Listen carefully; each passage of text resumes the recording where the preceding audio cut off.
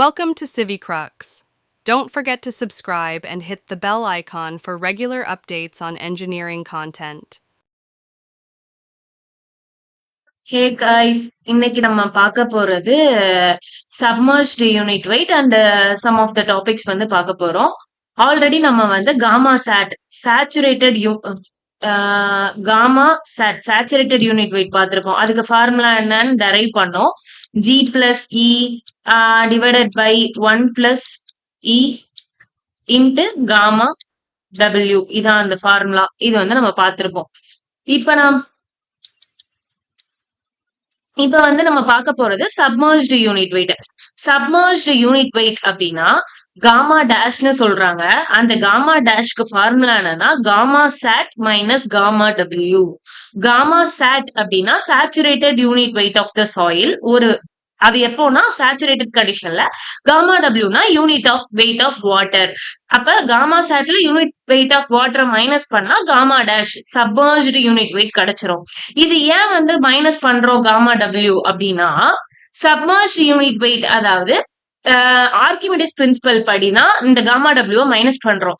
ஏன்னா submerged unit wait, அதாவது ஒரு பார்ட்டிகிள் வந்து தண்ணிக்குள்ள இருக்கிறப்போ அதோட வெயிட் வந்து கம்மியா இருக்கும். எதனால அப்படின்னா பாயன்சி ஃபோர்ஸ் அதுல ஆக்ட் ஆகுறதுனால. இப்போ ஒரு எக்ஸாம்பிளுக்கு ஒரு வாட்டர்ல ஒரு வெயிட் ஆஃப் பார்ட்டிகிள் வந்து இருக்கு. அப்போ அந்த பார்ட்டிகளோட வெயிட் வந்து ரொம்ப லெஸ்ஸா இருக்கும். ஏன்னா வாட்டரோட வெயிட் அதுல ஆக்ட் ஆகுறதுனால அந்த பார்ட்டிகளோட வெயிட், அதாவது பாயன்சி ஃபோர்ஸ் ஆனா வாட்டரோட வெயிட் அதுல ஆக்ட் ஆகுறதுனால அந்த பார்ட்டிகளோட வெயிட் வந்து கம்மியா இருக்கும்.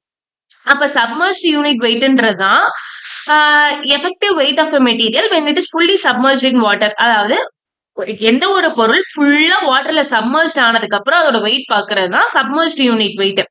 அக்கார்டிங் டு ஆர்கிமிடிஸ் பிரின்சிபல், இது வந்து ஆர்கிமிடிஸ் பிரின்சிபல் என்னன்னா any object submerged in fluid experience an upward force equal to the weight of the fluid displaces. அதாவது ஆர்கிமிடிஸ் பிரின்சிபல் என்ன சொல்லியிருப்பாங்கன்னா, இப்ப நம்ம ஏதோ ஒரு பொருளை வாட்டர்ல முக்குறோம்னா, அதாவது வாட்டர்ல வந்து சப்மர்ஜ் ஆகுது அப்படின்னா அதோட அப்வர்ட் பாயன்சி ஃபோர்ஸ் எதுக்கு ஈக்குவலா இருக்கும்னா, இங்க இப்படி முக்கிறப்ப ஒரு சில தண்ணி வந்து வெளியில போகும்ல, அந்த தண்ணிக்கு ஈக்குவலா இருக்கும் அப்படின்னு சொல்லியிருப்பாரு.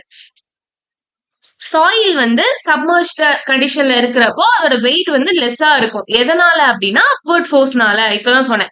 ஏன்னா மேல இருந்து ஒரு ஃபோர்ஸ், பாயன்சி ஃபோர்ஸ், இப்ப தண்ணிக்குள்ள சாயில் இருக்கு, அந்த சாயில்ல வந்து பாயன்சி ஃபோர்ஸ் வந்து கீழ இருந்து ஆக்ட் ஆகும். ஆல்ரெடி இது சப்மர்ஜ்ட் கண்டிஷன், சோ இதோட வெயிட் வந்து லெஸ்ஸா இருக்கும். சோ இந்த சாயிலோட வெயிட்னு எடுத்துக்கிட்டீங்கன்னா காமா சாட். ஆனா அது தண்ணிக்குள்ள மூழ்கிறதுனால அதுக்கு வெயிட் லெஸ்ஸா இருக்கும். எதனால? யூனிட் வெயிட் ஆஃப் வாட்டர்னால. அதனால இந்த சப்மர்ஜ் யூனிட் வெயிட் கண்டுபிடிக்கிறதுக்கு காமா டபிள்யூ மைனஸ் பண்ணியிருக்கோம். நெக்ஸ்ட் ஒரு எக்ஸாம்பிளுக்கு நீங்க நினைச்சுக்கோங்க, நீங்க வந்து ஒரு பேக் ஆஃப் ராக்கோ ஏதோ ஒண்ணு நார்மலா கேரி பண்ணிட்டு இருக்கீங்க. அப்போ உங்களுக்கு எப்படி இருக்கும்? அது ரொம்ப ஹெவியா இருக்கும். அதே சேம் பேக்க நீங்க வந்து தண்ணிக்குள்ள வந்து கேரி பண்ணிட்டு இருக்கீங்கன்னா அது ரொம்ப லைட்டரா இருக்கும். ஏன்? இது நடக்கிறது இந்த ஃபார்முலானாலதான். அதாவது பாயன்சி ஃபோர்ஸ், தண்ணியோட பாயன்சி ஃபோர்ஸ் அந்த பொருள் மேல ஆக்ட் ஆகுறதுனால அது உங்களுக்கு பாக்குறதுக்கு வெயிட் வந்து லெஸ்ஸா தெரியுது. இப்போ ஒரு மெட்டீரியல் லைக் சாயில் வந்து ஃபுல்லி சேச்சுரேட்டட் சப்மர்ஜ்னா அதுல வந்து ரெண்டு ஃபோர்ஸ் வந்து ஆக்ட் ஆகும். ஒண்ணு அதோட ஓன் வெயிட், இன்னொன்னு பாயன்சி ஃபோர்ஸ். ஓன் வெயிட்ட தான் வந்து காமா சாட்னு சொல்றாங்க. அதாவது நார்மலாவே தண்ணிக்குள்ள இருக்கிற பொருளோட ஒரு வெயிட் காமா சாட்.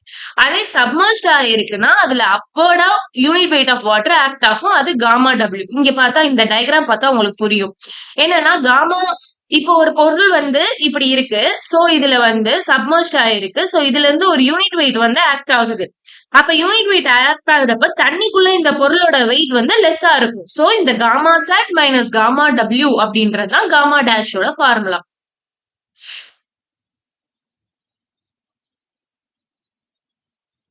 நார்மலா இதுல வந்து buoyancy force, submerge unit weight, தண்ணிக்குள்ள வந்து அந்த சாயில் இருக்கு. அப்ப சாயிலோட யூனிட் வெயிட்னு எடுத்துக்கிட்டீங்கன்னா அந்த வாய்ட்ஸ் எல்லாம் இது ஃபில் ஆகி வாட்டர் ஃபில் ஆகி இருக்கிறதா காமா சாட். அப்ப அந்த காமா சாட்ல இருந்து எக்ஸ்ட்ரா இருக்க வாட்டர்லாம் நம்ம மைனஸ் பண்ணணும். ஏன்னா அதுதான் வந்து அது லைட்டரா மாத்துது. அதனால காமா டபிள்யூ மைனஸ் பண்றாங்க. இப்போ வந்து ஃபார்முலா டெரிவேஷன் என்னன்னா gamma dash is equal to gamma sat minus gamma w. gamma dash is equal to gamma satக்கு முன்னாடியே நம்ம ஃபார்முலா டெரிவேஷன் பார்த்தோம். அது என்னது g plus e 1 plus e gamma w ஆ. சோ gamma w காமனா எடுத்துறலாம். g plus e minus 1 plus e னு. இப்போ இது வந்து LCM ல இருக்கு. சோ இங்க இல்லனா மேல கீழே மல்டிபிள் பண்ணோம்னா கீழ 1 plus e மேல மைனஸ் போட்டு பிராக்கெட்ல 1 plus e. சோ now இந்த மைனஸ் வந்து உள்ள போச்சு அப்படின்னா e plus e minus e cancel ஆயிரும். அப்ப g minus 1 divided by 1 plus e into gamma w. அப்ப submerged unit weight ஓட formula g minus 1 plus e into gamma w. இதுல என்னென்ன இப்ப gamma dashனா submerged unit weight, g னா specific gravity of soil solids, e னா void ratio, gamma w னா unit weight of water, gamma sat னா saturated unit weight of soil. இன்னொன்னு இப்ப இந்த இத வச்சு அதாவது எந்த இடத்துல வந்து நம்ம where to build footing வந்து எந்த இடத்துல பில்ட் பண்ணலாம். ஏன்னா இப்ப நீ வந்து சேஃப் பியரிங் கெப்பாசிட்டி அப்படின்னு சொல்லுவாங்க. என்னன்னா bearing capacity SBC of soil எந்த இடத்துல SBC ஆஃப் சாயில் அதிகமா இருக்கோ அந்த இடத்துலதான் நம்ம வந்து ஃபூட்டிங் வந்து நம்ம போட முடியும். ஃபூட்டிங்னா என்ன? பில்டிங் ஃபவுண்டேஷன் போறதுக்கு முன்னாடி அங்க ஃபூட்டிங் போட்டு தானே நம்ம அந்த பில்டிங்க வந்து காலம் ஃபூட்டிங் போட்டு தானே ஸ்டார்ட் பண்ணுவோம். சோ அது வந்து எந்த இடத்துல போடணும் அப்படின்னா எஸ்பிசி ஆஃப் சாயில் வந்து அதிகமா இருக்கிற இடத்துல தான் போடணும். இப்ப இந்த SBC is proportional to shear strength of soil. அதாவது ஷியர் ஸ்ட்ரென்த் ஆஃப் சாயிலுக்கு எஸ்பிசி வந்து டைரக்ட்லி ப்ரொபோஷனலா இருக்கும். எதுக்குன்னா ஷியர் ஸ்ட்ரென்த்துக்கு. இதான் ஷியர் ஸ்ட்ரென்த்தோட ஃபார்முலா. ஷியர் ஸ்ட்ரென்த்துக்கு டைரக்ட்லி ப்ரொபோஷனலா இருக்கும். அப்ப ஷியர் ஸ்ட்ரென்த்துக்கு டைரக்ட்லி ப்ரொபோஷனலா இருக்குன்னா அப்ப SBC increase, shear strength increase ஆனா எஸ்பிசியும் இன்க்ரீஸ் ஆகும். ஷியர் ஸ்ட்ரென்த்தோட ஃபார்முலா என்ன? C plus gamma DF tan phi. சினா cohesion of soil, kilopascal இல்லைன்னா நியூட்டன் பெர் மீட்டர் ஸ்கொயர் அதோட யூனிட். காமானா unit weight of soil, kilonewton per metre cube. டிஎஃப் அப்படின்னா டெப்த் ஆஃப் ஃபூட்டிங். அதே பைனா ஆங்கிள் ஆஃப் ஃபிரிக்ஷன். இப்போ இந்த எஸ்பிசி சேஃப் பியரிங் கெப்பாசிட்டி வந்து காமா, அதாவது இப்போ யூனிட் வெயிட் அதிகமா இருந்துச்சுன்னு வச்சுக்கோ, அந்த இடத்துல ஷியர் ஸ்ட்ரென்த் அதிகமா இருக்கும். தேர்ஃபோர் எஸ்பிசியும் அதிகமா இருக்கும். அதனாலதான் எந்த இடத்துல யூனிட் வெயிட் வந்து அந்த சாயிலுக்கு அதிகமா இருக்கும் அந்த சாயில்ல தான் ஸ்ட்ராங்கர் ஃபவுண்டேஷன் சப்போர்ட் ஆகும். அப்போ எஸ்பிசி வந்து ஷியர் ஸ்ட்ரென்த்துக்கு டைரக்ட்லி ப்ரொபோஷனல். ஷியர் ஸ்ட்ரென்த்துக்கு டைரக்ட்லி ப்ரொபோஷனலா இருக்கனால இப்ப உனக்கு எந்த இடத்துல ஷியர் ஸ்ட்ரென்த் அதிகமா இருக்கணும்னா அதோட யூனிட் வெயிட், இப்போ ஒரு சாயிலோட யூனிட் வெயிட் வந்து அதிகமா இருக்குன்னா அந்த இடத்துல ஷியர் ஸ்ட்ரென்த்தும் அதிகமா இருக்கும். அப்ப அந்த இடத்துல எஸ்பிசியும் அதிகமா இருக்கும். அப்ப அது ஸ்ட்ராங்கர் ஃபவுண்டேஷனை சப்போர்ட் பண்ணும். இப்ப யூனிட் வெயிட்டுக்கு நம்ம நிறைய யூனிட் வெயிட் பார்த்தோமா? என்ன பார்த்தோம்? காமா சாட், அதாவது saturated unit weight, bulk unit weight, dry unit weight, submerge unit வெயிட்னு பார்த்தோமா? இருக்கிறதுலே எது ரொம்ப லெஸ்? Submerge unit wait. ஓகேவா? இருக்கிறதுல எது ரொம்ப ஹை? Saturated unit wait. அதுக்கு அடுத்துதான் பல்க், ட்ரை. ஏன்னா சப்மர்ஜ் யூனிட் வெயிட்ல அந்த யூனிட் வெயிட் ஆஃப் வாட்டர் நம்ம கம்ப்ளீட்டா மைனஸ் பண்ணிடுவோம். அதுக்கடுத்து ட்ரைனா அந்த போர்ஸ்ல எந்த விதமான வாட்டரும் இல்லாம ஏர் மட்டும் ஃபில் ஆயிருக்கு. ஏரோட வெயிட் நெக்லிஜிபிள். சோ இது கம்மியா தான் இருக்கும். பல்க் யூனிட் வெயிட் அப்படின்னா பார்ஷியலா ரெண்டுமே மாத்தி மாத்தி ஃபில் ஆயிருக்கும். அதே சேச்சுரேட்டட்னா ஃபுல் ஆஃப் வாட்டர்னால ஃபில் ஆயிருக்கும். ஓகேவா? நெக்ஸ்ட் நம்ம பார்க்க போறது ஸ்பெசிபிக் கிராவிட்டி.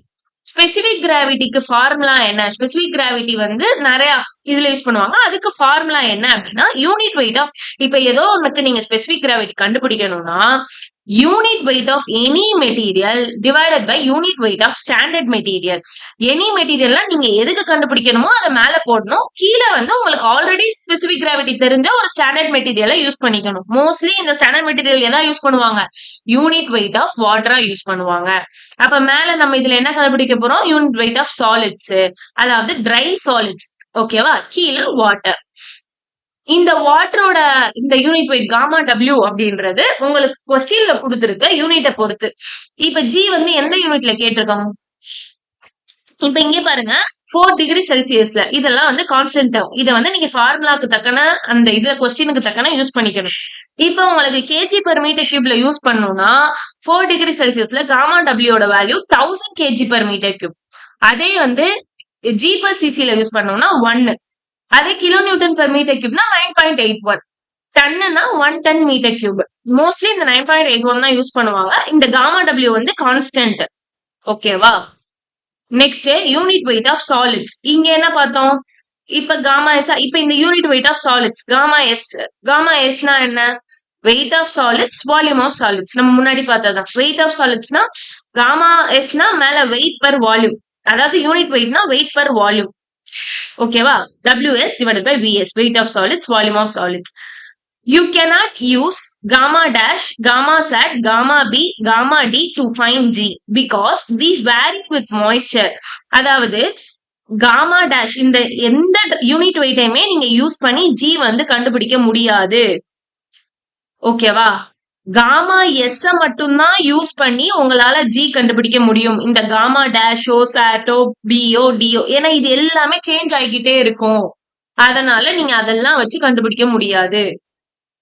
G கண்டுபிடிக்கணும்னா காமா எஸ் தான் யூஸ் பண்ணணும். அப்பதான் அது அக்யூரேட்டா இருக்கும். இதுல இருந்து என்ன தெரியுதுன்னா காமா எஸ் தான் வந்து ரொம்ப ட்ரை யூனிட் வெயிட்டோட இந்த காமா எஸ் அப்படின்றது சாலிட்ஸ் அது வந்து அதிகமா இருக்கும். Unit weight of solids is much greater than dry unit weight because dry solids includes air voids making it lighter per unit volume than the solid particles alone. Gamma எஸ்னா வெறும் solid பார்ட்டிகல்ஸோட unit weight. Gamma டினா மொத்த soil அதுல வாய்ட்ஸும் சேர்ந்து இருக்கும்னு அர்த்தம்.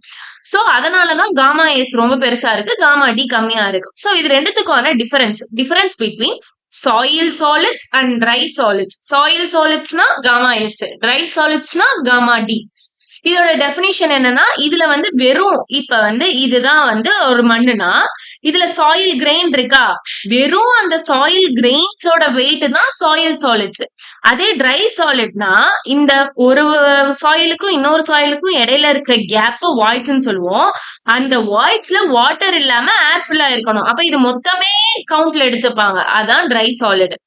இதுல வந்து மாய்ஸ்ட் கண்டென்ட்டே இருக்காது, வாட்டரும் இருக்காது, ஏரும் இருக்காது, ரெண்டையுமே கன்சிடர் பண்ண மாட்டோம். ஆனா இதுல வாட்டர் மட்டும் இருக்காது, ஆனா ஏர் வந்து கன்சிடர் பண்ணுவோம். இதுல டோட்டல் வால்யூம்னா வெறும் சாலிட்ஸ் மட்டும் எடுத்துப்பாங்க. ஆனா இங்க வந்து சாலிட்ஸும் ஏரும் சேர்ந்து எடுத்துப்பாங்க. இதோட ஃபார்முலா என்ன அப்படின்னா WSVS. இங்கேயும் வெயிட் ஆஃப் சாலிட்ஸ் தான், ஆனா கீழே டோட்டல் வால்யூம் கன்சிடர் பண்ணிருப்பாங்க. இன்னொரு formula GS gamma W. Gamma S is equal to GS gamma W. ஏன்னா நம்ம பார்த்தோம்ல GS is equal to gamma S divided by gamma W. Solids divided by unit water. So இதை இப்படி எழுதலாம். ஆனா இதுக்கு gamma D க்கு இன்னொரு formula gamma divided by 1 plus W. இதோட வெயிட் டைப் வந்து வெயிட் ஆஃப் சாலிட்ஸ் ஒன்லி. இதுல வந்து weight of solids total dry volume, அதாவது கீழே டோட்டல் ட்ரை வால்யூம் பொறுத்து, இங்க வெயிட் ஆஃப் சாலிட்ஸ் வால்யூம் மட்டும் பொறுத்து. அதான் இதுதான் எப்பயுமே வந்து காமா டியை விட காமா எஸ் தான் கிரேட்டரா இருக்கும், காமா டி ஸ்மாலரா தான் இருக்கும். இது வந்து இந்த காமா எஸ் வந்து எதுக்கு யூஸ் பண்றாங்கன்னா determining particle properties like specific கிராவிட்டில யூஸ் பண்ணுவாங்க, மினரல் கம்போசிஷன் அந்த மாதிரி இதை வந்து ஃபைண்ட் பண்றதுக்கு யூஸ் பண்ணுவாங்க. அதே இது இந்த காமா டி அப்படின்றது இன்ஜினியரிங் பிஹேவியர், அதாவது பியரிங் கெப்பாசிட்டி, காம்பாக்ஷன் இதெல்லாம் கண்டுபிடிக்க யூஸ் பண்ணுவாங்க. Thank you.